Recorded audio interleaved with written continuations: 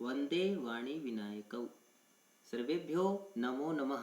संस्कृत कक्षायां भवतां सर्वेषां हार्दं स्वागतम्। पढ़े भारत ऑनलाइन श्रृंखला के अंतर्गत आज हम नए विषय के साथ प्रस्तुत हैं। प्रथमा विभक्ति आकारांत स्त्रीलिंग शब्दाः। आप प्रथमा विभक्ति के बारे में जान चुके हैं। कारक संख्या बोधयित्री विभक्ति। कारक और संख्या का बोध कराने वाले को विभक्ति कहते हैं। आकारांत स्त्रीलिंग शब्दाः। आकारांत ऐसे स्त्रीलिंग शब्द जिनके अंत में आ है, उन शब्दों पर हम अब चर्चा करेंगे। संस्कृत की विशेषता है कि इसमें वचन कितने होते हैं? 3। एकवचनम, द्विवचनम, बहुवचनम। एकवचनम, यहाँ ध्यान देने योग्य बात यह है, एकवचनम से आपको क्या पता लग रहा है? 1, द्विवचनम से 2, बहुवचनम से 2 से ज़्यादा। संस्कृत में वचनम का अर्थ क्या होता है? संख्या। क्या अर्थ होता है? संख्या। जो एक संख्या का बोध कराए उसे हम क्या कहते हैं? एकवचनम। जो 2 संख्याओं का बोध कराए उसे क्या कहते हैं? द्विवचनम। और जो 2 से ज्यादा संख्याओं का बोध कराए उसे हम क्या कहते हैं? बहुवचनम। यह बात हम सब के लिए विशेष तौर पर जानने योग्य है। एकवचनम जो एक संख्या का बोध कराए मतलब 1। द्विवचनम जो 2 संख्याओं का बोध कराए अर्थात 2। बहुवचनम जो 2 से ज्यादा 3, 4, 5, 6, 10, 15 मतलब 2 से ज्यादा हैं, उस संख्या का बोध कराने वाले वचन को हम क्या बोलते हैं? उस संख्या को क्या बोलते हैं? बहुवचनम। अगर मैं ये कहूं कि 1 तो एकवचनम, 2 संख्या है तो द्विवचनम, 2 से ज्यादा है तो बहुवचनम। अब हम इन दिए गए कुछ शब्दों के शब्द रूप जानेंगे। जैसे हमारे समक्ष पहला शब्द है सीता। पहला शब्द क्या है? सीता। आपको पता है शब्द की पहचान आप कैसे करेंगे? अंतिम वर्ण से ता, अंत में क्या रहे? आ। तो ये किस प्रकार का शब्द है? आकारांत। इसका शब्द रूप कैसे बनता है? आकारांत स्त्रीलिंग शब्द रूप में कौन से आधार पर इनके शब्दों का निर्माण होता है? तो देखो, सीता, सीते, सीताः, आ, ए, आह। अंत में क्या आता है? आ, ए, आह।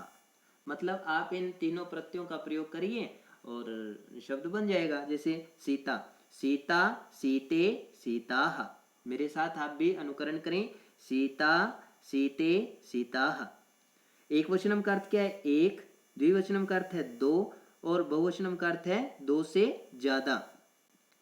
मान लीजिए 1 सीता है तो उसको हम क्या बोलेंगे? सीता। 2 सीता है, मान लीजिए 2 लड़कियां हैं, उनका नाम सीता है, सीता है, तो हम क्या बोलेंगे? सीते।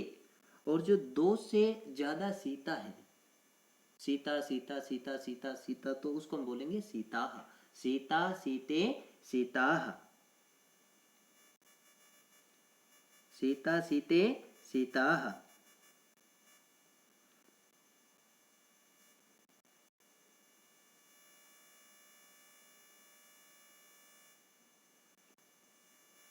अग्रिम शब्दः अस्ति लता। लता, तो लता, लते, लताः। लता, लते, लताः। सीता, सीता, सीते, सीताः। सीता, सीते, सीताः। लता, लता, लते, लताः। आकारांत शब्द जो होता है, जैसा उसका नाम है, अगर हम वैसे का वैसे ही लिखते हैं तो वो प्रथमा विभक्ति का एक वचन का रूप बन जाता है। जैसे सीता का सीता, लता का लता, तो बालिका का क्या बनेगा? बालिका। द्विवचन में क्या बनेगा? जैसे सीता सीते सीताः, लता का लता लते लताः। बालिका किस प्रकार का शब्द है? स्त्रीलिंग शब्द है, आकारांत है क्योंकि आ इसके अंत में है। बालिका बालिके बालिकाः।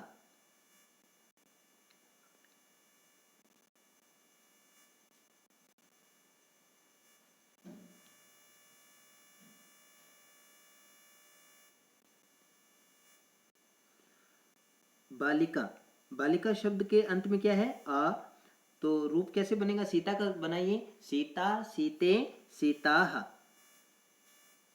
लता लता लते लताः। तो बालिका का कैसे बनेगा? ठीक वैसे ही जो शब्द रूप आपको दिया हुआ है उसका जो मूल शब्द है उसका ठीक वैसे का वैसे एक वचन में रूप बनता है।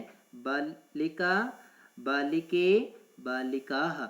एक बालिका, दो बालिके और बहुत सारी बालिकाः। गायिका आकारांत है, स्त्रीलिंग है, तो रूप बनाइए, सीता का सीता सीते सीताः। लता का लता लते लताः। बालिका का बालिका बालिके बालिकाः। गायिका का गायिका गायिके गायिकाः। अति उत्तम।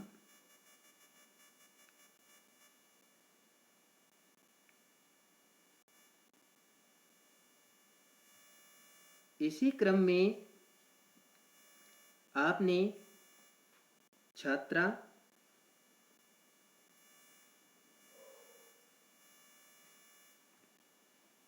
राधा, गीता, रोटिका, मापिका, पेटिका, नासिका,